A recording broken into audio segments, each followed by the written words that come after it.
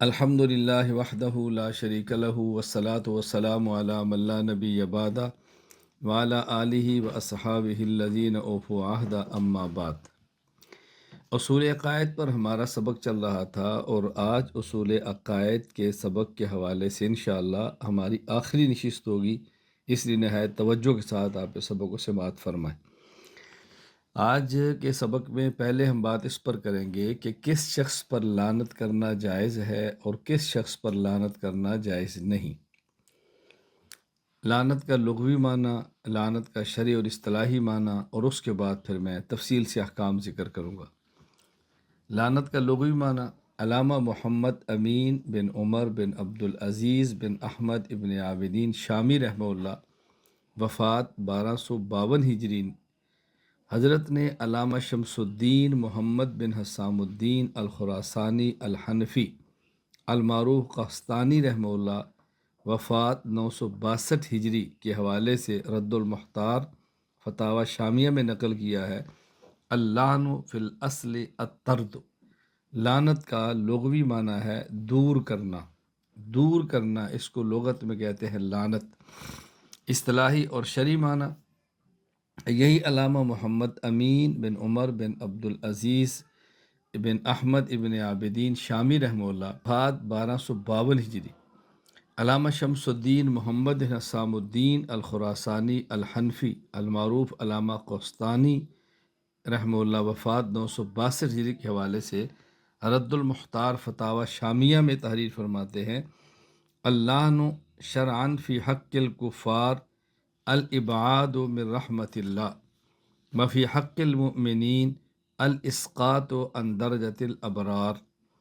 شریعت میں جب کافر پر لعنت بھیجی جائے تو اس کا معنی ہوتا ہے کہ اللہ کی رحمت سے دور ہے، اور جب مومنین پر کسی فسق اور گناہ کی وجہ سے لعنت بھیجی جائے تو مومن کے حق میں لعنت کا معنی ہوتا ہے کہ یہ نیک لوگوں کے مقام سے نیچے ہے، نیک لوگوں کے مقام سے نیچے ہے۔ اب لعنت کس پر بھیجنا جائز ہے اور کس پر جائز نہیں، اس حوالے سے میں تفصیل سے بات کرتا ہوں۔ نمبر 1، ایسے افراد جن کی موت حالت کفر پر ہوئی ہو، ان کا نام لیے بغیر ان پر لعنت کرنا جائز ہے۔ یعنی وہ لوگ جو فوت ہو گئے ہیں اور کفر پر دنیا سے گئے ہیں، بغیر نام لیے ان پر لعنت کرنا جائز ہے۔ سورۃ البقرہ آیت نمبر 161: ان الذین کفروا وماتوا وهم کفار اولئک علیہم لعنت اللہ والملائکۃ والناس اجمعین۔ وہ لوگ جو کفر پہ دنیا سے گئے ہیں، وہ لوگ جو کافر ہو گئے، کفر کیا اور موت آئی، دنیا سے چلے گئے، وہم کفار، اور حالت کفر میں گئے۔ اس لیے میں اس کا آسان تھا ترجمہ کر رہا ہوں کہ وہ لوگ جو کفر پر دنیا سے گئے ہیں، ان پر اللہ کی لعنت ہو، فرشتوں کی لعنت ہو، اور تمام لوگوں کی لعنت ہو، سب کی لعنت ہو۔ نمبر 2، ایسے افراد جن کے بارے میں یقین ہو کہ ان کی موت حالت کفر پر ہوئی ہے، ان کا نام لے کر ان پر لعنت کرنا جائز ہے۔ جیسے کہنا ابو جہل پر لعنت، یہ کہنا ابو لہب پر لعنت، نام لے کر فرعون پر لعنت، یہ جائز ہے۔ ملا علی بن سلطان محمد القاری الحنفی رحمہ اللہ، وفات 1014 ہجری، مرقات المفاتیح شرح مشکات المصابیح میں تحریر فرماتے ہیں: یجوز اللعن علی کافر معین مات علی الکفر کفرعون و ابی جہل۔ معین کافر پر، یعنی کسی کافر کا نام لے کر اس پر لعنت کرنا جائز ہے۔ کب؟ جب یہ یقین ہو کہ اس کی موت کفر پر ہوئی ہے، وگرنہ جائز نہیں ہے۔ سورہ ہود آیت نمبر 97، 98، 99: فاتبعوا امر فرعون وما امر فرعون برشید یخدم قومه یوم القیامہ فاوردہم النار وبئس الورد المورود واتبعوا فی ہذہ لعنۃ ویوم القیامہ بئس الرفد المرفود۔ یہاں دیکھو اللہ تعالیٰ نے فرعون کا ذکر کیا ہے کہ ان سرداروں نے فرعون کی بات مانی، حالانکہ فرعون کی بات غلط تھی، اور یہ ان سب کو لے کر جہنم کے اندر گیا ہے۔ اور آگے فرمایا وَأُتْبِعُوا فِي هَٰذِهِ لَعْنَةً وَيَوْمَ الْقِيَامَةِ، ان پر دنیا میں بھی لعنت اور قیامت کے دن بھی لعنت ہوگی۔ تو نام لے کر ان پر لعنت کی گئی ہے۔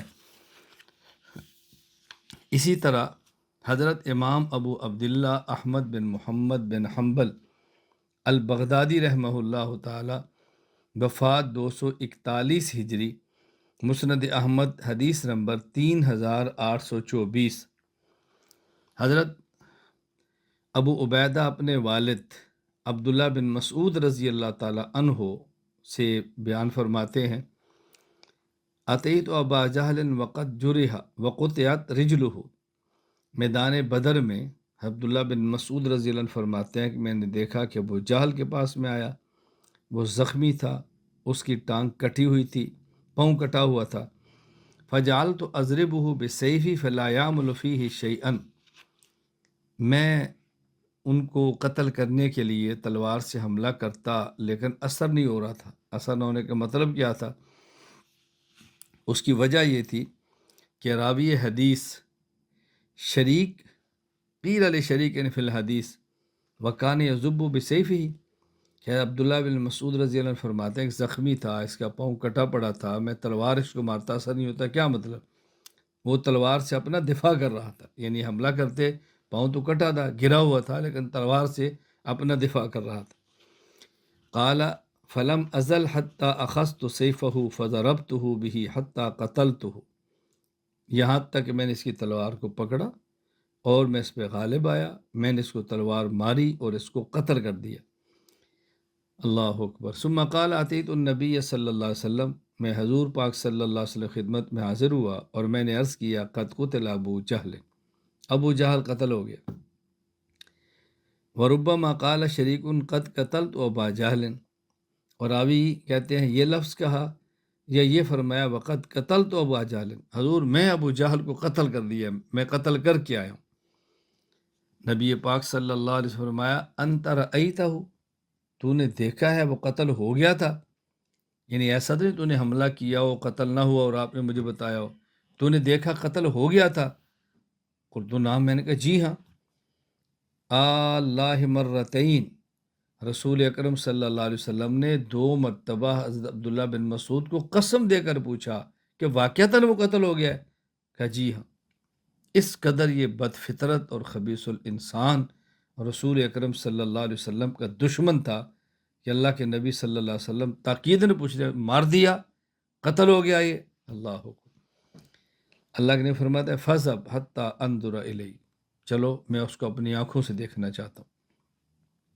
کہتے ہیں چلے گئے، وہاں گئے، وَقَدْ غَيَّرَتِ الشَّمْسُ مِنْهُ شَيْئًا، تو سورج کی دھوپ نے اس کو کچھ حصے کو خراب کر دیا، اب پگھلنا شروع ہو گیا، گلنا شروع ہو گیا، سڑنا شروع ہو گیا۔ رسول اکرم صلی اللہ سے حکم دیا فَأَمَرَ بِهِ وَبِأَصْحَابِهِ فَصُحِبُوا حَتَّى أُلْقُوا فِي الْقَلِيبِ، کہا جو بدر میں کنواں ہے اس کنویں کے ان کو پھینک دو۔ آگے آپ نے کیا فرمایا وَأُتْبِعَ أَهْلُ الْقَلِيبِ لَعْنَةً، یہ جو بدر کے کنویں میں ہے جسے قلیب بدر کہتے ہیں، یہ قلیب بدر یعنی بدر کے کنویں میں جو مردار پڑے ہیں ان پر لعنت برسائی گئی ہے۔ وقال وکان ھذا فرعون ھذی الامہ، اور یہ کہا کہ اس امت کا یہ فرعون تھا، آج جہنم رسید ہو گئے۔ یہاں دیکھیں رسول اکرم صلی اللہ علیہ وسلم اس کا نام لے کر اس پر لعنت فرما رہے ہیں۔ ابو جہل اینڈ کمپنی تھی کہ یہ جہنم کے اندر ان پر لعنت ہوئی ہے۔ دونوں میں فرق سمجھ لیں، پہلی قسم میں تذکرہ تھا کہ وہ کافر جو فوت ہو گئے ہیں، کفر میں دنیا سے گئے ہیں، نام ہم نہیں لے رہے، اور اب تذکرہ ہے کسی خاص کافر کا، کسی کا نام لے کر کہنا کہ فلاں کافر پر لعنت ہو، یہ تب کہیں گے وہ مرا ہو اور اس کا کفر پر مرنا یقینی پتہ چلے گی کفر پہ مرا ہے۔ نمبر 3، زندہ یا مردہ کی قید کے بغیر مطلقاً کافر پر لعنت بھیجنا یہ بھی جائز ہے، یعنی یہ کہنا کہ کافروں پر لعنت یہ بھی جائز ہے۔ پہلے یہ تھا کہ جو کفر پر مر گئے ہیں ان پر لعنت، اب یہ کفر پر مرنے والے فلاں پر لعنت۔ تیسری قسم ویسے ہی کفار پر لعنت بھیجنا، خواہ وہ زندہ ہو یا مردہ ہو۔ اب اس کی دو صورتیں ہیں، ایک یہ کفار کا وصف عام یعنی کفار کا وصف عام ذکر کر کے لعنت بھیجیں، کافروں پر لعنت، اور ایک ہے کفار کا وصف خاص یعنی کافروں کی خاص قسم کا نام لے کر ان پر لعنت بھیجیں۔ کوئی مر گیا کہیں جی یہودیت پر لعنت، یا زندہ ہے یہودیوں پہ لعنت، کوئی کہتا ہے عیسائیوں پہ لعنت، کسی نے کہا قادیانیوں پہ لعنت، یوں خاص وصف یا صرف یہ کہنا کفار پر لعنت۔ ملا علی بن سلطان محمد القاری الحروی الحنفی رحمہ اللہ وفات 1014 ہجری مرقات المفاتی شرح مشکات المصابی میں فرماتے ہیں، یجوز اللعن بالوصف العام کا قولہ فلعنت اللہ علی الکافرین، کفار پر لعنت جائز ہے ان کا عمومی وصف کیا ہے؟ کفر، جو تمام کفار مشترکہ ہے، اس وصف کا نام لے کر لعنت کرنی جائز ہے۔ وبالاخص یا خاص کسی صفت کا نام لیں، یہودی، عیسائی، قادیانی، وبالاخص کا قولہ تعالی لعنت اللہ علی الیہود، جس طرح کہ یہ ہے یہودیوں پر اللہ کی لعنت ہو۔ دلائل، سورۃ البقرہ آیت نمبر 89، 80 اور 89۔ وَلَمَّا جَاءَهُمْ كِتَابٌ مِّنْ عِندِ اللَّهِ مُصَدِّقٌ لِّمَا مَعَهُمْ وَكَانُوا مِن قَبْلُ يَسْتَفْتِحُونَ عَلَى الَّذِينَ كَفَرُوا فَلَمَّا جَاءَهُم مَّا عَرَفُوا كَفَرُوا بِهِ فَلَعْنَةُ اللَّهِ عَلَى الْكَافِرِينَ۔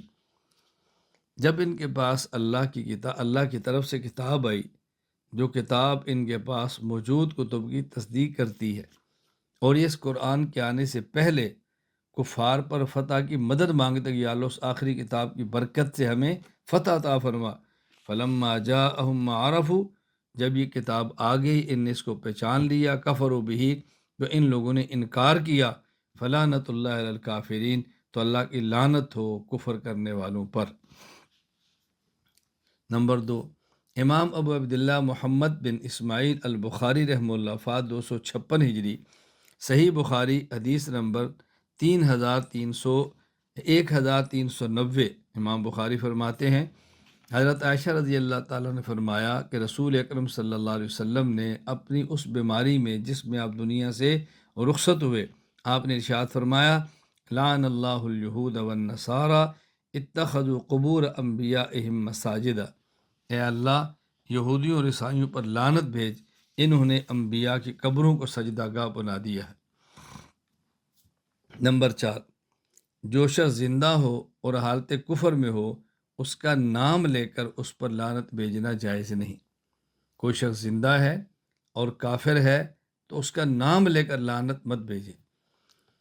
معروف مفسر علامہ اسماعیل حقی بن مصطفیٰ الحنفی رحمہ اللہ تعالی وفات 1127 ہجری، تفسیر روح البیان سورۃ البقرہ آیت نمبر 87، ابھی جو آیت میں نے پڑھی ہے، وَلَمَّا جَاءَهُمْ كِتَابٌ مِّنْ عِندِ اللَّهِ مُصَدِّقٌ لِّمَا مَعَهُمْ، اس کے تحت دیکھتے ہیں ان کان ممن لم یثبت شرعا بعینہ فہذا فیہ خطر، اگر کوئی ایسا شخص ہو کہ جس کا کفر شرعاً ثابت نہ ہو، شرعاً ثابت نہ ہونے کا معنی یہ ہے کہ ایسا شخص کہ بالیقین اس کا کفر کے ساتھ دنیا سے جانا ثابت نہ ہو، یعنی کافر تو ہے لیکن نامعلوم کل کو مسلمان ہو جائے، نامعلوم کل کافر ہو، یعنی مستقل کفر پہ رہنا، جس کا مستقل کفر پہ رہنا شرعاً ثابت نہ ہو۔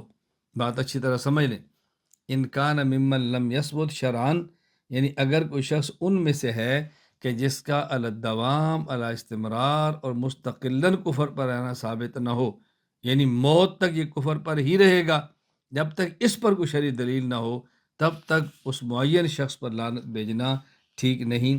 فی خطر، اس میں بہت زیادہ خطرات ہیں، احتیاط کا تقاضا یہ ہے کہ ذرا اس پر خیال کر لیا جائے۔ علامہ محمد امین بن عمر بن عبدالعزیز بن احمد بن عابدین شامی رحمہ اللہ وفات 1252 ہجری، رد المختار فتاوی شامیہ میں لکھتے ہیں، لم تجز علی معین لم یعلم موت علی الکفر بدلیل، کہ جب تک کسی شخص کا، خاص شخص کا کفر پہ مرنا یقینی نہ ہو تب تک لعنت نہ بھیجے۔ مطلب وہی جو میں نے پہلے آپ سے عرض کیا، اس کو اچھی طرح سمجھ لیں۔ دلیل، معروف مفسر علامہ اسماعیل حقی بن مصطفیٰ الحنفی رحمہ اللہ وفات 1127 ہجری، تفسیر روح البیان سورۃ البقرہ آیہ نمبر 87 کے تحت لکھتے ہیں لأن حال خاتمت ہی غیر معلوم، کیوں؟ اس لیے کہ اس کے انجام کا ہمیں پتہ نہیں ہے۔ کتنے کافر ہیں جو بعد میں مسلمان ہو جاتے ہیں، وربما یسلم الکافر او یتوب، کفر سے توبہ کر لیتے ہیں، فیموت مقربا عند اللہ، ہو سکتا ہے اللہ کے ہاں توبہ کر کے اپنا قرب پالے تو لعنت نہ بھیجے، فکیف یحکم بکونہ ملعونا، اس لیے اس پر یہ فیصلہ نہیں کیا جا سکتا کہ یہ ملعون ہے، اللہ کی رحمت سے دور ہے۔ الا یری ان وحشیا قتل ام النبی علیہ السلام عنی حمزہ رضی اللہ عنہ ثم اسلم علی ید النبی صلی اللہ علیہ وسلم وبشرہ اللہ بالجنہ، کیا دیکھا نہیں آپ نے کہ وحشی کافر تھے، حضرت حمزہ رضی اللہ عنہ کو شہید کیا، بعد میں رسول اللہ علیہ وسلم کے ہاتھ پہ کلمہ پڑا، مسلمان ہو گئے، تو نبی پاک نے ان کو جنت کی بشارت دی ہے۔ خلاصہ یہ ہے نمبر 4 کا، اگر کوئی شخص زندہ ہو اور اس کے بارے میں کوئی دلیل شرعی نہ ہو کہ موت تک کافر ہی رہے گا، تب تک اس پر لعنت بھیجنا جائز نہیں۔ نمبر 5، اگر کوئی شخص زندہ ہو اور کافر ہو، اسلام کا صریح مخالف ہو، اپنی تصنیف، تقریر، اثر و رسوخ کے ذریعے اسلام کو نقصان پہنچاتا ہو، ضدی ہو، ہٹ دھرم ہو، اس کا نام لے کر بھی لعنت کریں تو جائز ہے۔ مقصود اس کے فتنے سے امت کو بچانا ہے، اور ظن غالب بھی یہی ہوتا ہے کہ ایسا شخص کفر پر ہی رہے گا۔ ظن غالب ہو سکتا ہے توبہ کر لے، میری بات اچھی طرح سمجھ لیں۔ اگر کوئی شخص کافر ہو، متعصب ہو، ہٹ دھرم ہو، اسلام کے مقابلے میں نکلا ہو، اپنی تحریر، تقریر یا اپنی تلوار طاقت کے ذریعے اسلام کو نقصان پہنچاتا ہو، مسلمانوں کے خلاف میدان عمل کے اندر ہو، ایسے شخص کا نام لے کر بھی لعنت بھیجنا چاہیں تو ایسے شخص کا نام لے کر لعنت بھیجنا جائز ہے۔ رسول اکرم صلی اللہ علیہ وسلم نے بعض ایسے لوگ تھے کہ جن کے بارے میں نام لے کر بد دعائیں فرمائی ہیں۔ اب حضور کا بد دعا فرمانے کا معنی یہ ہے نا کہ اس نے ایمان کے بغیر دنیا سے جانا ہے، جس طرح آپ نے ابو لہب کے بیٹے کے بارے میں کہا تھا اللہم سلط علی کلب من کلابک، اپنے کتوں میں سے کوئی کتا اس کے اوپر مسلط کر دے۔ اب رسول اکرم صلی اللہ علیہ وسلم تو صاحب الوحی تھے، ان کی بات تو الگ ہے، ہم تو ذہن غالب کی بنیاد پہ کہہ رہے ہیں۔ پھر سمجھ لیں، اگر کوئی شخص کافر ہو، ضدی ہو، ہٹ دھرم ہو، تحریر، تقریر، مال، دولت، طاقت، کسی بھی ذریعے سے اسلام کو نقصان پہنچا رہا ہو، ایسے شخص کا نام لے کر لعنت بھیجیں تب بھی جائز ہے۔ نمبر 6، اگر کوئی شخص فوت ہو جائے لیکن اس کا کفر پر مرنا کسی دلیل سے ثابت نہ ہو، کفار کی بستی میں رہتا ہے اور اندازہ ہی کہ یہ بھی کافر ہوگا، لیکن اس کا کفر پہ مرنا کسی دلیل سے ثابت نہ ہو، تب بھی اس پر لعنت بھیجنی جائز نہیں ہے۔ علامہ محمد امین بن عمر بن عبدالعزیز بن احمد ابن عابدین شامی رحمہ اللہ، وفات 1252 ہجری، رد المختار فتاوی شامیہ میں تحریر فرماتے ہیں لم تجس علی معین لم یعلم موتہ علی الکفر بدلیل، کہ ایک معین کافر پر، ایک معین شخص پر جس کی موت کے کفر پر ہونے پر کوئی دلیل نہ ہو، اس پر لعنت بھیجنا جائز نہیں۔ اس کی دلیل اس لیے کہ محض اس وجہ سے کوئی زندگی میں کافر تھا تو مرا تو کافر ہوگا، یہ سمجھنا ٹھیک نہیں کہ اس کا کفر پہ مرنا یقینی ہے۔ ہو سکتا ہے اس نے توبہ کر لی ہو اور اس کی توبہ ہمارے علم میں نہ ہو، اس لیے اس معین شخص پر لعنت نہ بھیجے۔ نمبر 7، اگر کوئی شخص کفر پر مر گیا اور اس کا کفر پر مرنا یقینی ہو اور جب تک وہ شخص زندہ رہا اس نے اسلام کو نقصان نہیں پہنچایا، توجہ سے بات سمجھیں، شخص کفر پہ مرا ہے، کفر پہ مرنا یقینی ہے، اس کا ہمارے علم میں ہے، پورا گاؤں، پورا علاقہ جانتا ہے وہ کفر پہ مرا ہے، اور لیکن اسلام کو نقصان نہیں پہنچاتا تھا، اپنے مال، اپنی تحریر، اپنی تقریر، اپنی قوت کے ذریعے اسلام کو نقصان نہیں پہنچاتا تھا، اور اگر ہم اس پر لعنت بھیجیں جائز ہے، لیکن اس لعنت بھیجنے پر کسی مسلمان کو تکلیف ہوتی ہو تو پھر اس پر لعنت نہ بھیجے۔ مثلا اس کا بیٹا ہے، وہ مسلمان ہو گیا ہے، آپ اس پر لعنت بھیجتے ہیں، اور بیٹا بھی مسلمان ہے اور برائے نام ہے، متدین، مضبوط دیندار نہیں، اس کے مرے باپ پر لعنت بھیجیں گے، اس کو تکلیف ہوتی ہے اور وہ کفر کے اندر چلا جائے گا کہ تم میرے مرے باپ کو بھی نہیں بخشتے، اس سے دین کا نقصان ہوگا، اس لیے ایسے شخص پر لعنت نہیں بھیجنی چاہیے۔ معروف مفسر علامہ اسماعیل حقی بن مصطفیٰ الحنفی رحمہ اللہ، وفات 1127 ہجری، تفسیر روح البیان سورۃ البقرہ آیت نمبر 87 کے تحت لکھتے ہیں: اللعن علی الشخص فإن كان ممن ثبت كفر شرعا يجوز لعنه ان لم يكن فيه اذى علی مسلم، اگر ایک شخص معین ہو جس کا کفر پہ ورنہ دلیل شرعی سے ثابت ہو، لیکن اس پر لعنت بھیجنے سے مسلمان کو تکلیف ہوتی ہو، تو ایسے شخص پر بھی لعنت نہیں بھیجنی چاہیے۔ اس کی دلیل یہ ہے کہ کسی بھی مرے ہوئے کافر پر نام لے کر التعیین اس پر لعنت بھیجنا ہمارے اوپر واجب نہیں، اور مسلمان کو بلا وجہ تکلیف دینا یہ حرام ہے۔ تو جو کہ ہم پر کام واجب نہیں تھا، جائز تھا، وہ جائز کا ہم کر رہے ہیں، اور اس کی وجہ سے ایک مسلمان کو تکلیف ہو رہی ہے جو کہ حرام ہے، تو لہٰذا اس جائز کام کو چھوڑ دو تاکہ اس کو حرام کا ارتکاب نہ کرنا پڑے۔ میں اس کی ایک بڑی معمولی اور عام سی مثال دیتا ہوں کہ جس طرح عمرہ کے لیے جائیں یا خانہ کعبہ کا طواف کرتے ہیں، انسان عمرے پر جاتا ہے، طواف ہوا اور جی چاہا کہ حجر اسود کو میں چوم لوں۔ اب حجر اسود کا بوسہ لینا زیادہ سے زیادہ مستحب ہے، لیکن اگر حجر اسود کا بوسہ لینے میں مسلمانوں کے کندھے پھلانگنے پڑیں، مسلمانوں کو تکلیف ہو، کسی عورت کی بھی حرمتی ہو اور یہ حرام ہے، لہذا حجر اسود کا بوسہ چھوڑ دیں لیکن مسلمان کو تکلیف نہ دیں۔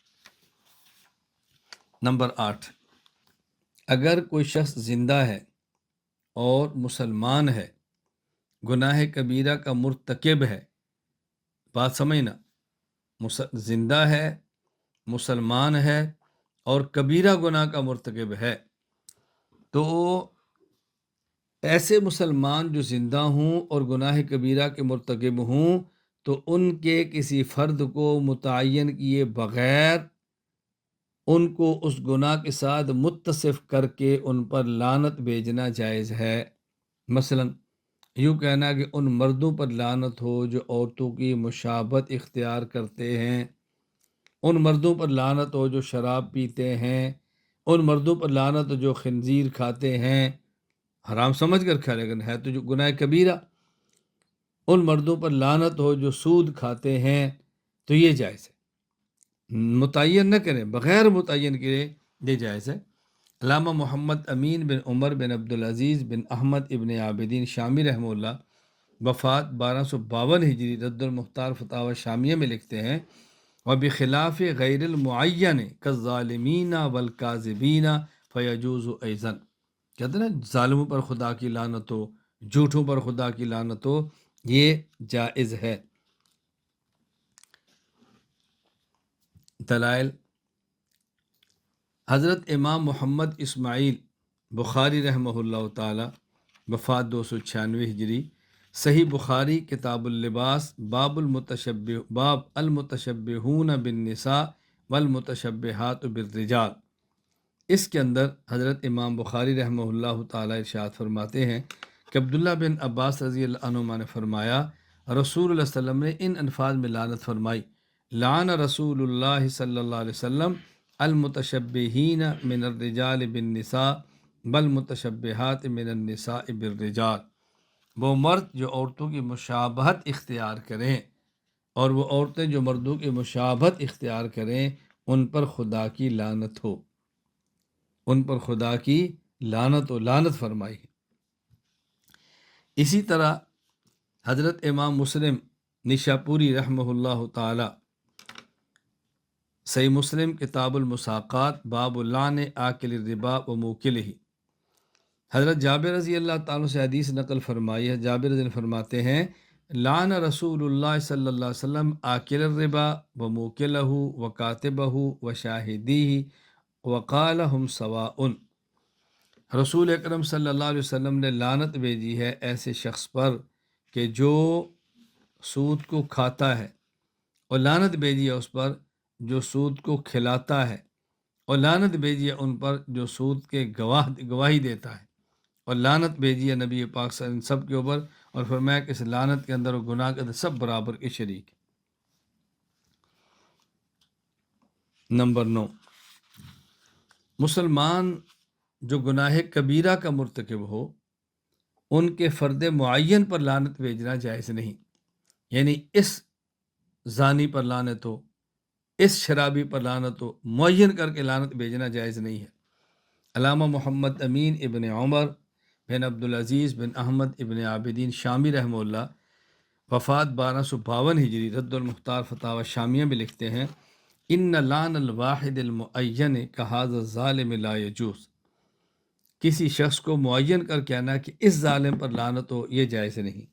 دلیل، امام ابو عبداللہ محمد بن اسماعیل بخاری رحمہ اللہ، وفات 256 ہجری، میں نے گزشتہ غلطی سے کہہ دیا 296، وفات 256 ہجری، حضرت امام بخاری رحمۃ اللہ علیہ صحیح بخاری کتاب الحدود باب ما یکرم من لعن شارب الخمر و انہ لیس بخارج من الملہ، اس کے تحت فرماتے ہیں، اللہ اکبر، حضرت عمر بن خطاب رضی اللہ عنہ فرماتے ہیں، ان رجل علی عہد النبی صلی اللہ علیہ وسلم کان اسمہ عبداللہ، حضور صلی اللہ علیہ وسلم کے دور میں ایک شخص تھا جس کا نام تھا عبداللہ، وکان یلقب حمارن، اور اس کا لقب تھا حمار، حمار کہتے ہیں گدھے کو، اللہ، لقب حمار تھا، وکان یضحک رسول اللہ صلی اللہ علیہ وسلم، یہ نبی پاک صلی اللہ علیہ وسلم کو ہنسایا کرتا تھا، اللہ اکبر، وکان النبی صلی اللہ علیہ وسلم قد جلدہ فی الشراب،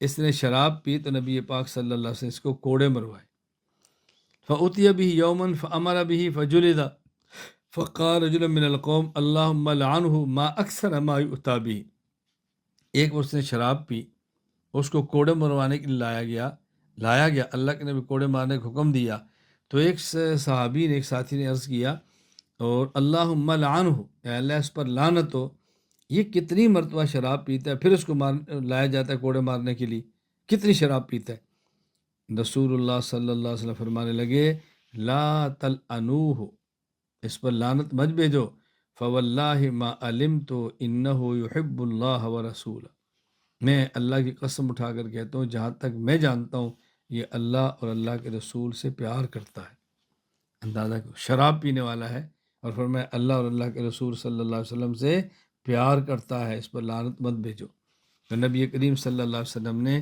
لعنت بھیجنے پر اسے منع فرما دیا ہے۔ نمبر 10، اگر کوئی شخص گناہ کبیرہ کا مرتکب ہو اور مسلمان ہو اور فوت ہو جائے تو اس کا نام لے پر لعنت کرنا جائز نہیں ہے۔ علامہ محمد امین بن عمر بن عبدالعزیز بن احمد ابن عابدین شامی رحمہ اللہ، وفات 1252 ہجری،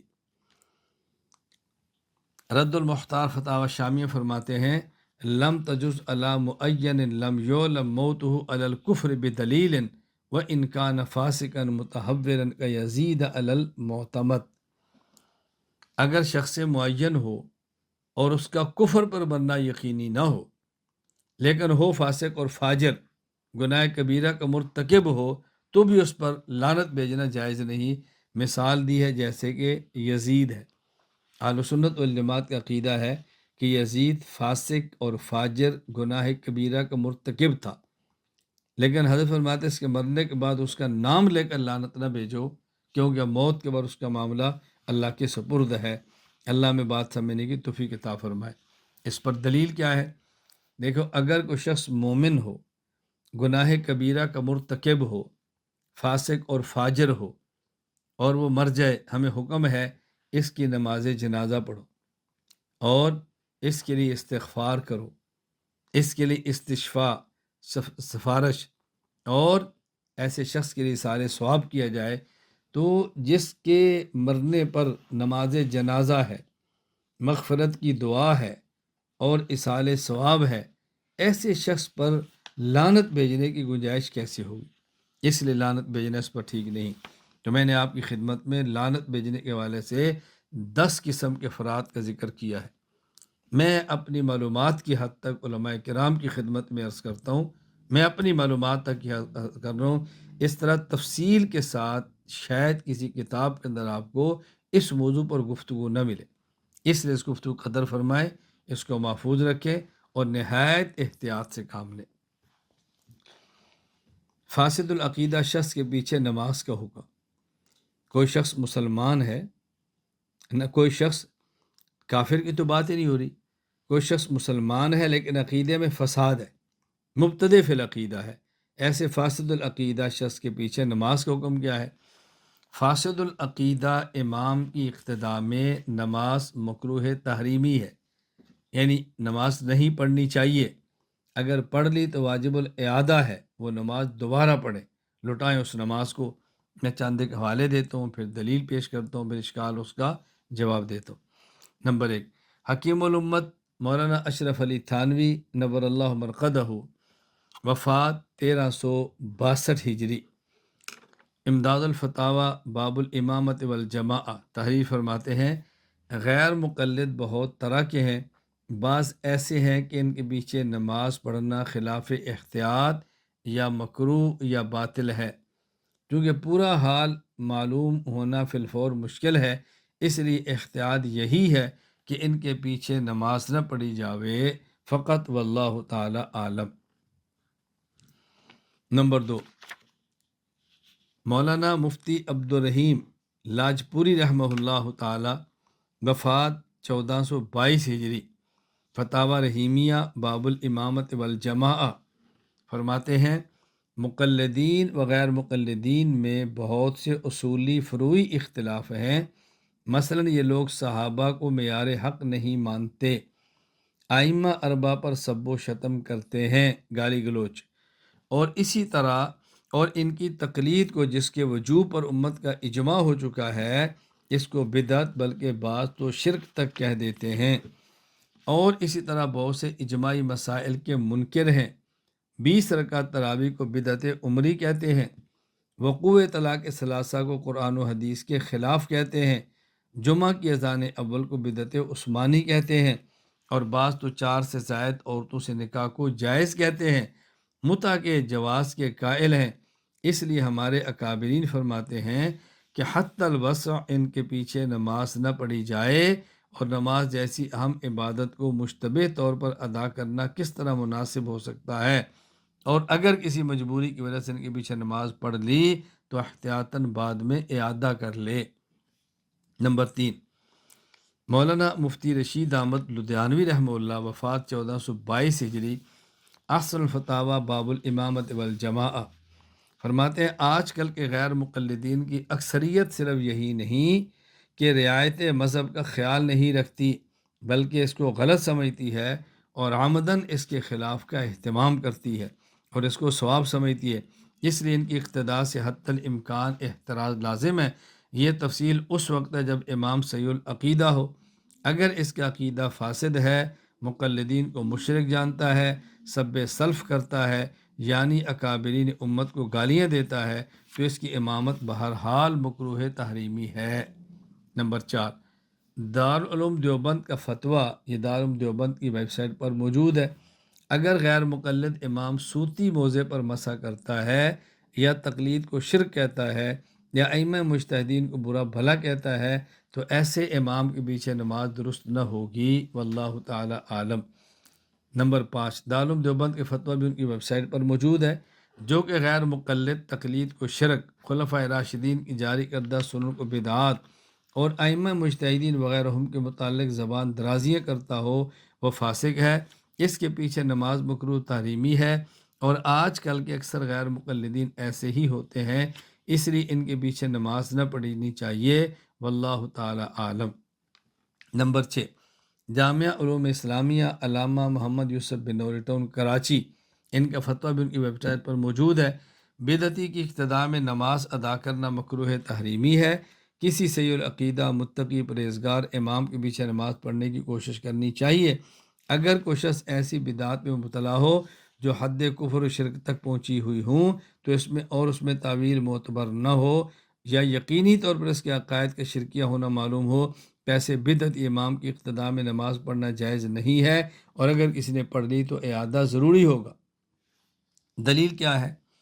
حضرت امام ابو بکر احمد بن حسین بن علی بن موسیٰ البیہقی رحمہ اللہ، وفات 458 ہجری، شعب الایمان للبیہقی حدیث نمبر 9018 میں فرماتے ہیں کہ حضرت ابراہیم بن میسرہ رحمہ اللہ فرمایا رسول اکرم صلی اللہ علیہ وسلم نے من وقر صاحب بدعت فقط عان علی ہدم الاسلام، کہ جس شخص نے بدعتی انسان کی تعظیم کی، احترام کیا، اس نے گویا اسلام کو مٹانے میں کسی کی مدد کی ہے۔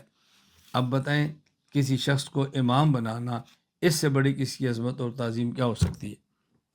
اس پر اشکال یہ ہے کہ ایک روایت جو سنن دار قطنی میں ہے، حدیث نمبر 1768، حضرت امام ابو الحسن علی بن عمر بن احمد بن مہدی البغدادی الدار قطنی رحمہ اللہ، وفات 385 ہجری، یہ نقل فرماتے ہیں حضرت ابو ہریرہ رضی اللہ تعالیٰ نے فرمایا کہ رسول اکرم صلی اللہ علیہ وسلم فرمایا صلو خلف کل بر و فاجر، تم ہر نیک اور برے امام کے پیچھے نماز پڑھو، وصلو علی کل بر و فاجر، ہر نیک اور برے انسان کی نماز جنازہ پڑھو، وجاہدوا مع کل بر و فاجر، اور ہر نیک اور برے انسان کے ساتھ مل کر جہاد کرو، یعنی امام نیک ہو یا فاسق ہو، اس کے ساتھ مل کر جہاد کرو۔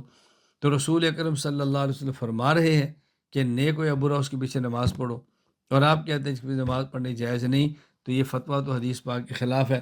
جواب ذہن نشین فرما لو کہ ہم جو کہتے ہیں فاسق کے پیچھے نماز نہیں پڑھنی چاہیے، اس سے مراد فاسق بالعقیدہ ہے، نہ کہ فاسق بالجارحہ، یعنی وہ شخص جس کے عقیدے میں فساد ہے اس کے پیچھے نماز نہ پڑھو۔ اور حدیث پاک میں جس کے پیچھے نماز پڑھنے کی اجازت دی ہے، اس سے مراد وہ فاسق ہے کہ جس کا فسق عقیدے میں نہ ہو بلکہ اس کا فسق اس کے عمل کے اندر ہو۔ عملاً فاسق ہونا اور بات ہے، اور اعتقاداً فاسق ہونا اور بات ہے۔ علامہ احمد بن محمد بن اسماعیل الطحطاوی رحمہ اللہ، وفات 1231 ہجری، حاشیہ طحطاوی علی مراقی الفلاح میں لکھتے ہیں والمراد الفاسق بالجارحہ لا بالعقیدہ، جس فاسق کے پیچھے نماز ہوتی ہے اس سے مراد فاسق بالجارحہ، فاسق بالعمل ہے، نہ کہ فاسق بالعقیدہ۔ اصول عقائد کے سبق میں بات چلتی رہی ایمان اور کفر کی، اور بات چلتی رہی سنت اور بدعت کی۔ میں اس پر دو باتیں بطور اختصار کے جامعیت کے ساتھ عرض کرتا ہوں، آپ اس کو اچھی طرح ذہن نشین فرما لیں۔ ایمان اور کفر دو متضاد چیزیں ہیں۔ ایمان صحت اور کفر بیماری۔ کسی شخص کے صحیح اور تندرست ہونے کے لیے ضروری ہے اس کے اندر کوئی بیماری نہ ہو، اور کسی کے بیمار ہونے کے لیے اتنا کافی ہے کہ اس کے اندر کوئی ایک مرض ہو۔ اسی طرح کسی شخص کے مومن ہونے کے لیے ضروری ہے کہ اس کے اندر کوئی کفری عقیدہ نہ ہو، اور کسی شخص کے کافر ہونے کے لیے تمام عقائد کا کفریہ ہونا ضروری نہیں، ایک عقیدہ کفریہ ہوگا تب بھی اس کو کافر کہیں گے۔ چنانچہ امام ابو جعفر احمد بن محمد بن سلامت طحاوی رحمہ اللہ، وفات 321 ہجری، العقیدۃ الطحاویہ میں فرماتے ہیں ولا یخرج العبد من الایمان الا بجحود ما ادخلہ، آدمی ایمان سے نکلتا ہے اسی چیز کی وجہ سے کہ جو چیز اس کو ایمان کے اندر داخل کرتی ہے، یعنی تمام ایمانیات کو قبول کرے تو مومن ہوتا ہے، اور ایک ایمانیات میں سے کوئی ایمانی چیز چھوڑ دے تو دائرہ اسلام سے نکل جاتا ہے۔ اسی طرح سنت اور بدعت کے بارے میں یاد رکھیں، سنت اور بدعت متضاد چیزیں ہیں۔ سنت صحت اور بدعت بیماری۔ صحیح ہونے کے لیے ضروری ہے کہ آدمی کے اندر کوئی بیماری نہ ہو، اور بیمار ہونے کے لیے اتنا کافی ہے کہ اس کے اندر کوئی ایک بیماری ہو، تمام امراض کا ہونا ضروری نہیں۔ تو کسی شخص کے اہل و سنت ہونے کے لیے ضروری ہے اس کے اندر ایک بھی بدعت نہ ہو، اور کسی کے اہل بدعت ہونے کے لیے اتنا ہی کافی ہے کہ اس کے اندر ایک بدعت موجود ہو۔ چنانچہ کہا جاتا ہے وَلَا يَخْرُجُ الْعَبْدُ مِنْ أَهْلِ السُّنَّةِ وَالْجَمَاعَةِ إِلَّا بِجُحُودِ مَا أَدْخَلَهُ، کوئی آدمی اہل سنت والجماعت سے نکلے گا اسی بیماری کی وجہ سے جس کی وجہ سے کوئی شخص بھی اہل سنت والجماعت سے نکلے گا اسی کی وجہ سے کہ جس کی بنیاد پر یہ اہل سنت والجماعت میں داخل ہوتا ہے، یعنی جس کا مانع اہل سنت ہوتا ہے ان میں سے ایک بھی چھوڑے گا تو یہ شخص اہل سنت سے نکل کر اہل بدعت کے اندر شامل ہو جائے گا۔ ہمارے یہاں دو لفظ چلتے ہیں، شاذ اور فرقہ۔ اور مزید میں فرقہ پر تھوڑی سی بات کروں گا تاکہ بات کھل کر سامنے آ جائے۔ شاذ اور فرقہ کسے کہتے ہیں؟ اگر کسی مسئلہ پر اہل حق کے 99 افراد متفق ہوں اور اہل حق کا ایک فرد ان کا مخالف ہو تو 99 افراد کی رائے کو سواد اعظم اور اس ایک اہل حق کی رائے کو شاذ کہتے ہیں۔ جیسے ابن تیمیہ رحمہ اللہ کا 3 طلاق کو ایک کہنا، بعض اہل علم کا 8 تراوی 8 رکعات کا قائل ہونا، یہ شاذ ہے، سواد اعظم نہیں ہے۔ یہاں چند ایک باتیں سمجھ لیں۔ پہلی بات یہ کہ جب ایک طرف سواد اعظم ہو اور ایک طرف شاذ ہو تو سواد اعظم کی رائے کو لیں گے اور شاذ کو چھوڑ دیں گے۔ حدیث پاک میں نبی کریم صلی اللہ علیہ وسلم کی بات موجود ہے کہ جب ایک مسئلے میں اختلاف ہو، فرمایا حدیث پاک میں فتبعوا سواد الاعظم، تو سواد اعظم کو لینا، یعنی سواد اعظم جمہور کی رائے کو لینا اور مد مقابل فرد واحد کی رائے کو چھوڑ دینا۔ تو میں چاند ایک باتیں کہنے لگا۔ نمبر 1، ہم سواد اعظم کو لیں گے اور شاذ کو چھوڑ دیں گے۔ نمبر 2، شاذ رائے کو گمراہ نہیں کہیں گے کیونکہ اہل حق فرد کی رائے ہے، لہذا اسے تفرد کہیں گے، اس کا اکیلا پن ہے۔ نمبر 3، اگر وہ فرد جو شاذ رائے والا ہے اپنی رائے کو حق کہہ کر جمہور اور سواد اعظم کی رائے کی تسلیل کرتا ہے، ان کو گمراہ کہتا ہے، تو پھر اس کو اہل حق نہیں کہیں گے بلکہ اس کو ضال اور مضل کہیں گے۔ نمبر 4، اور اگر کوئی شخص اس فرد واحد کی رائے کو لے کر مذہب کا درجہ دے لے اور مذہب بنا کر امت کے سامنے پیش کرے تو اس کو بھی ضال اور مضل کہیں گے، اس کو مستقل اہل حق میں اب شمار نہیں کریں گے، یہ ضال اور مضل ہوگا۔ یہ بات اچھی طرح ذہن نشین فرما لیں۔ دوسری بات ہے فرقہ۔ کئی ایک عقائد اور مسائل کے حاملین افراد پر مشتمل گروہ کا نام فرقہ ہے۔ کئی ایک عقائد اور مسائل کے حاملین افراد پر مشتمل گروہ کا نام فرقہ ہے، یعنی کچھ لوگ ایسے ہوں کہ جن کا عقیدہ ایک ہو اور مسئلہ ایک ہو تو ان لوگوں کے گروہ کو فرقہ کہیں گے۔ اس فرقہ کی 2 قسمیں ہیں۔ نمبر 1 فرقہ ناجیہ، نمبر 2 فرقہ ضالہ۔ اگر کسی فرقہ کے عقائد اور مسائل درست ہوں تو یہ فرقہ ناجیہ ہے، نجات پانے والا فرقہ اہل حق ہے، اور اگر کسی فرقہ کے عقائد اور مسائل غلط ہوں تو یہ فرقہ ضالہ ہے، یعنی گمراہ ہے۔ پھر فرقہ ضالہ کی 2 قسمیں ہیں، ایک ہے فرقہ ضالہ کافرہ اور ایک ہے فرقہ ضالہ مبتدعہ۔ اگر کوئی فرقہ ضروریات دین کے مقابلے میں چند ایک ضروریات گھڑ لے یا ضروریات دین میں سے چند ایک یا ایک ضرورت کا انکار کر دے تو ایسے فرقہ کو فرقہ ضالہ کافرہ کہیں گے، جیسے منکرین ختم نبوت، قادیانیوں کا فرقہ، جیسے منکر قرآن، جیسے منکر حدیث، جیسے منکر صحابہ پیغمبر، یہ فرقہ ہوگا منکرین کا فرقہ ضالہ کافرہ ہوگا۔ نمبر 2 فرقہ ضالہ مبتدعہ۔ اگر کوئی فرقہ ضروریات اہل سنت والجماعت کے مقابلے میں چند ایک عقائد اور مسائل گھڑ لے یا ضروریات اہل سنت والجماعت میں سے چند ایک عقائد اور مسائل کا انکار کر دے تو یہ فرقہ ضالہ ہوگا، لیکن ضالہ مبتدع ہوگا، اس کو فرقہ ضالہ کافرہ نہیں کہیں گے۔ جیسے کہ کوئی شخص عقیدہ حیات النبی صلی اللہ علیہ وسلم کا انکار کر دیں تو منکرین حیات النبی صلی اللہ علیہ وسلم یہ فرقہ ضالہ مبتدعہ ہے، فرقہ ضالہ کافرہ نہیں ہے۔ منکرین عصمت انبیاء علیہ السلام یہ فرقہ ضالہ مبتدعہ ہے، یہ فرقہ ضالہ کافرہ نہیں ہے۔ منکرین ثواب و عذاب قبر یہ فرقہ ضالہ مبتدعہ، ضالہ کافرہ نہیں۔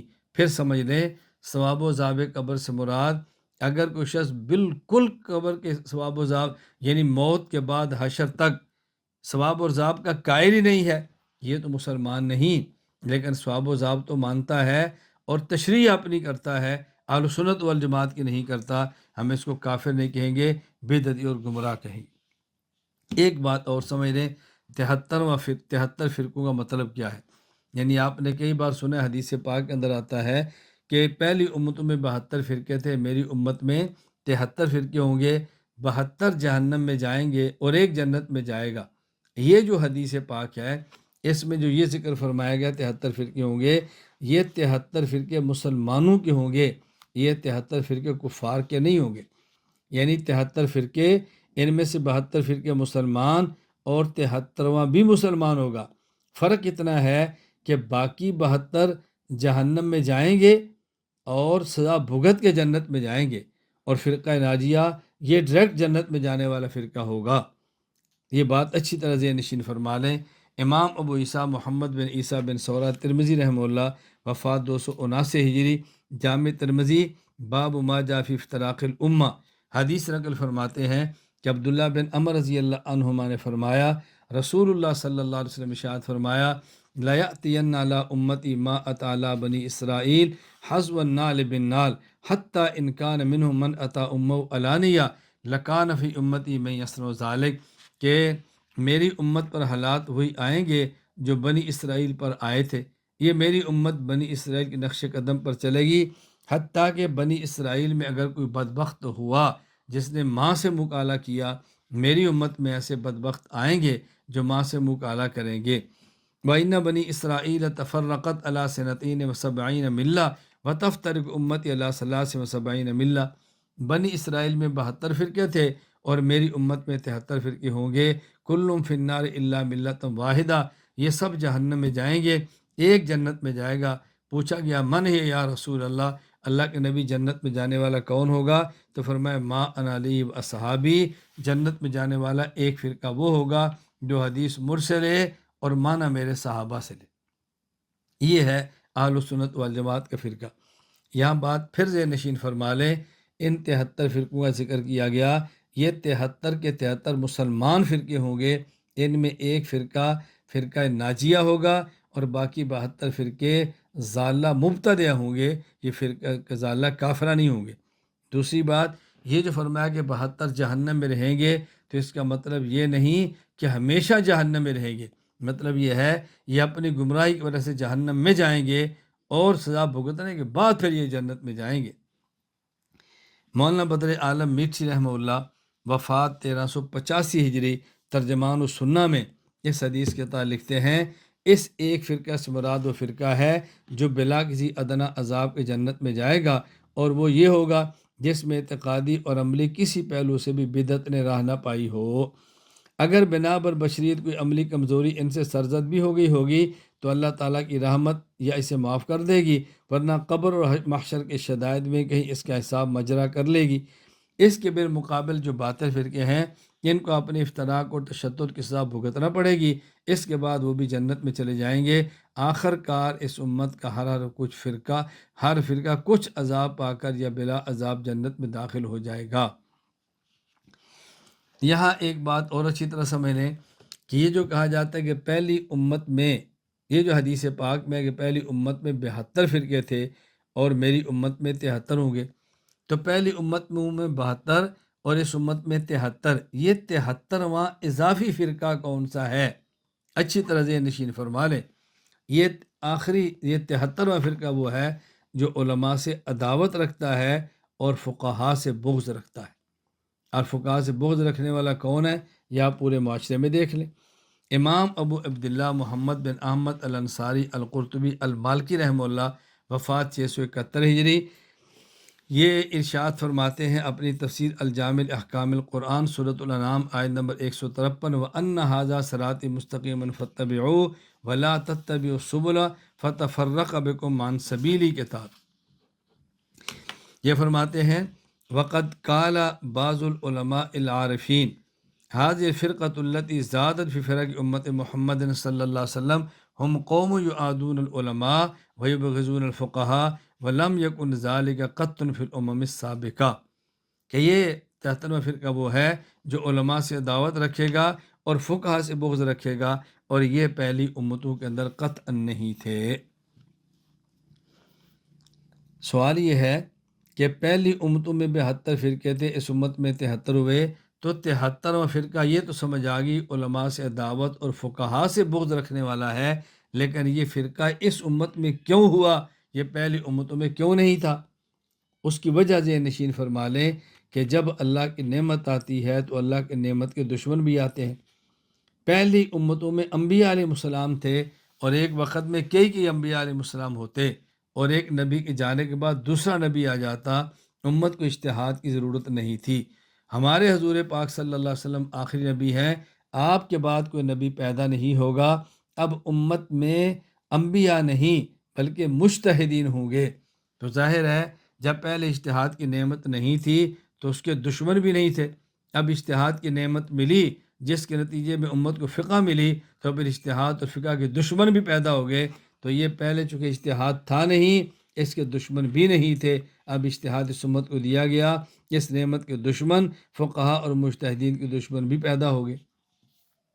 چنانچہ حضرت امام ابو عبداللہ محمد بن احمد الانصاری القرطبی المالکی رحمہ اللہ وفات 671 ہجری، یہ ارشاد فرماتے ہیں الجامع احکام القرآن سورۃ الاعراف آیت نمبر 145 کے تحت، وَكَتَبْنَا لَهُ فِي الْأَلْوَاحِ مِنْ كُلِّ شَيْءٍ وَمَوْعِظَةً وَتَفْصِيلًا لِكُلِّ شَيْءٍ فَخُذْهَا بِقُوَّةٍ وَأْمُرْ قَوْمَكَ يَأْخُذُوا بِأَحْسَنِهَا سَأُرِيكُمْ دَارَ الْفَاسِقِينَ۔ یہ جو ہے نا وَتَفْصِيلًا لِكُلِّ شَيْءٍ، اس کے بعد فرماتے ہیں فَإِنَّهُ لَمْ يَكُنْ عِنْدَهُمْ اجْتِهَادٌ قَطُّ فَإِنَّهُ لَمْ يَكُنْ عِنْدَهُمْ اجْتِهَادٌ وَإِنَّمَا خُصَّ بِذَلِكَ أُمَّةُ محمد صلی اللہ علیہ وسلم۔ پہلی امتوں میں اجتہاد نہیں تھا، یہ اجتہاد کی نعمت اللہ تعالیٰ نے اس امت کو خصوصیت کے ذات عطا فرمائی ہے۔ یہاں 4 لفظ سمجھ لیں، نمبر 1 دین، نمبر 2 مسلک، نمبر 3 مذہب، اور نمبر 4 منہج۔ منصوصات قطعیات کا نام دین ہے، جس کا انکار کفر ہے، جیسے آیات قرآنیہ اور احادیث متواترہ۔ بات سمجھ لیں، منصوصات قطعیات کا نام دین ہے، جس کا انکار کرنا کفر ہے۔ نمبر 2 مسلک، منصوصات ظنیات کا نام ہے، جس کا انکار اہل سنت والجماعت سے خروج ہے، جس طرح کے اخبار احاد۔ یہاں بطور فائدہ سمجھ لیں کہ ظنی ثبوت یعنی منصوص ظنیات، ظنی نص کی 2 صورتیں ہوتی ہیں، ایک ہوتا ہے ثبوت میں ظنیت ہو، اور ایک ہوتا ہے کہ دلالت میں ظنیت ہو۔ یعنی کبھی ثابت تو قطعیت کے ساتھ ہوتی ہے، لیکن اس نص کے معنی میں کئی احتمال آتے ہیں تو دلالت میں ظنی ہو جاتی ہے، اور کبھی نص کا ثبوت ہی ظنی ہوتا ہے کہ اس کا ثبوت قطعی نہیں ہوتا، خبر واحد کے درجے کے اندر ہوتی ہے۔ یہ بات اچھی طرح ذہن نشین فرما لیں۔ نمبر 3 مذہب، اجتہادیات کا نام ہے، جس میں ہر مذہب کے حق اور خطا ہونے کا احتمال ہے، ہر مذہب کے حق اور خطا ہونے کا احتمال ہے۔ نمبر 4 منہج، طریقہ کار اور پالیسی کا نام ہے۔ پھر سمجھ لیں، 4 الفاظ یاد رکھیں، نمبر 1 دین، نمبر 2 مسلک، نمبر 3 مذہب، نمبر 4 منہج۔ دین منصوصات قطعیات کا نام ہے، جس کا انکار کفر ہے۔ مسلک منصوصات ظنیات کا نام ہے، جس کا انکار اہل سنت والجماعت سے خروج یعنی نکال دیتا ہے۔ نمبر 3 مذہب، اجتہادیات کا نام ہے، جس میں ہر مذہب کے حق اور خطا ہونے کا احتمال ہوتا ہے۔ یہ نہ کفر اسلام کے اختلاف ہے اور نہ سنت اور بدعت کے اختلاف ہے۔ نمبر 4 منہج، طریقہ کار اور پالیسی کا نام ہے۔ اب یہ بات اچھی طرح سمجھ لیں کہ ہم 4 لفظ بولتے ہیں، نمبر 1 دیننا الاسلام، نمبر 2 مسلکنا اہل السنت والجماعہ، نمبر 3 مذہبنا الاحناف، نمبر 4 منہجنا الدیوبندیہ۔ اچھی طرح ذہن نشین فرما لیں، ہمارا دین اسلام ہے، ہمارا مسلک اہل السنت والجماعت ہے، ہمارا مذہب احناف ہے، ہمارا منہج دیوبندیت ہے۔ الجھن کے اندر مبتلا نہیں ہونا، بڑی اچھی طرح ذہن نشین فرما لیں۔ ہاں یہ بات ذہن نشین فرما لیں کہ کبھی مذہب کا استعمال دین پر بھی ہوتا ہے اور کبھی دین کا استعمال مذہب پر بھی ہوتا ہے۔ جیسے بعض ملکوں میں ایک فارم بنتا ہے اور اس فارم پہ لکھا ہوتا ہے مذہب کا خانہ کہ تمہارا مذہب کیا ہے، تمہارا لکھتا ہے اسلام۔ اب یہاں مذہب بمانا دین ہے۔ دوسری بات سمجھیں کہ بعض لوگ غلط فہمی کی بنیاد پر مسالک کے اختلاف کو یہ مذاہب کے اختلاف کہہ دیتے ہیں، اور کبھی مسالک کے اختلاف کو دین کا اختلاف کہہ دیتے ہیں، کفر اسلام کے اختلاف کہتے ہیں۔ یہ ٹھیک نہیں ہے، بات اچھی طرح سمجھیں۔ یعنی بعض لوگ مسالک کے اختلاف کو مذاہب کے اختلاف کہتے ہیں، اور کبھی مسالک کے اختلاف کو دین کا اختلاف یعنی اسلام اور کفر کا اختلاف کہتے ہیں، حالانکہ یہ بات درست نہیں ہے۔ ایک بات اور ذہن نشین فرما لیں جو میں پہلے بتا چکا ہوں، ادیان کا اختلاف حق اور باطل کا اختلاف ہے، کہ دین اسلام حق ہے اور ایمان ہے اور اسلام ہے، اور باقی ادیان کفر ہے۔ مسالک کا اختلاف یہ حق اور باطل بمعنی سنت اور بدعت کا اختلاف ہے۔ اہل سنت والجماعت کا مسلک برحق اور اہل بدعت کا باطل یعنی کفر نہیں بدعت ہے۔ اور مذہب کے اختلاف یہ حق اور خطا کا اختلاف ہے جو باعث رحمت ہے، اور منہج کا اختلاف یہ طریقہ کار اور پالیسی کا اختلاف ہے۔ چند الفاظ میں عرض کرتے اس کو ذہن نشین فرما لیں۔ نمبر ایک ہے لفظ تصدد اور ایک ہے تشدد۔